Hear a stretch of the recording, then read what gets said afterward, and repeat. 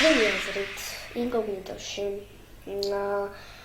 ჩემი აზრით არა, ინკოგნიტოში არ არიან მასწავლებლები ისეთი, რომელიც შეიძლება ბავშვს უყვიროს. ანუ არ არიან, არ შეიძლება ნახო ადამიანი ინკოგნიტოში, რომელიც ბავშვს უყვირის. არ შეიძლება არა ვერ ნახა. და უნდა თქვა, რომ გაბრიჭიძეს ის შედის ამ ადამიანებში, რომლებიც ბავშვებს არ უყვირის და ექცევათ ბილად და უფრო აჩვევს, ასე ვთქვათ, ბავშვებს ამ შრომისადმი სიყვარულს, ხო? შრომის სიყვარულს, ურთიერთობას და უფრო აჩვევს აქაურობას, რომ მე არ შევსხვეთ რამე და მე ძალიან მომწონს ეს ყველაფერი ამ სტუდიაში და ინკოგნიტოში და ზოგადად გადაცემებში. ძალიან მოგწონს.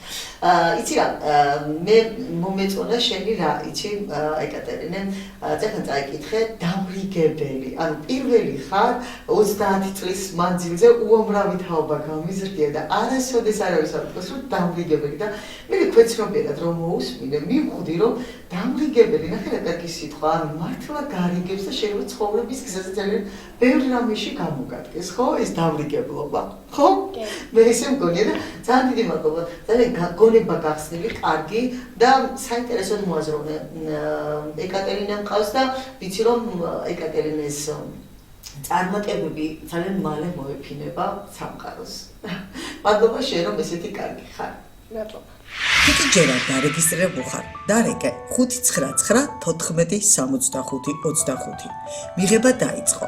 გულწრფელი სიყვარულის გარემო თქვენ გელოდებათ. გახდი ინკოგნიტოს დიდი ოჯახის წევრი, სადაც სიყვარული, სითბო, ურთიერთპატივისცემა და დაფასება ყველაზე პირველია. ჩვენი ოჯახის რაოდენობა დაახლოებით 14,000 ადამიანს გასცდა. მიყვარხართ ინკოგნიტოელებო და ზუსტად ვიცი, ყველა ჩემი კურსდამთავრებული არის იმ ღირებულებების მატარებელი, რომელიც დედამიწას დღეს ფერებს მატებს.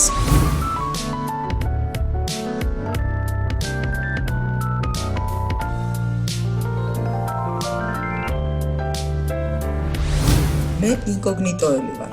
ასე დაიწყო რეკლამის პირველი ნაწილი, როცა თაობების სხვადასხვა ნაკადმა გააკეთა.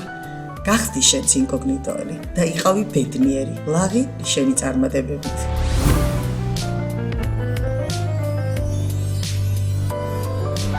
ეძებე ადამიანში კარგი და მას აუცილებლად იპოვი. უბრალოება არასდროსაა საბრალოება. ღირებულებები ადამიანობით ფასდება.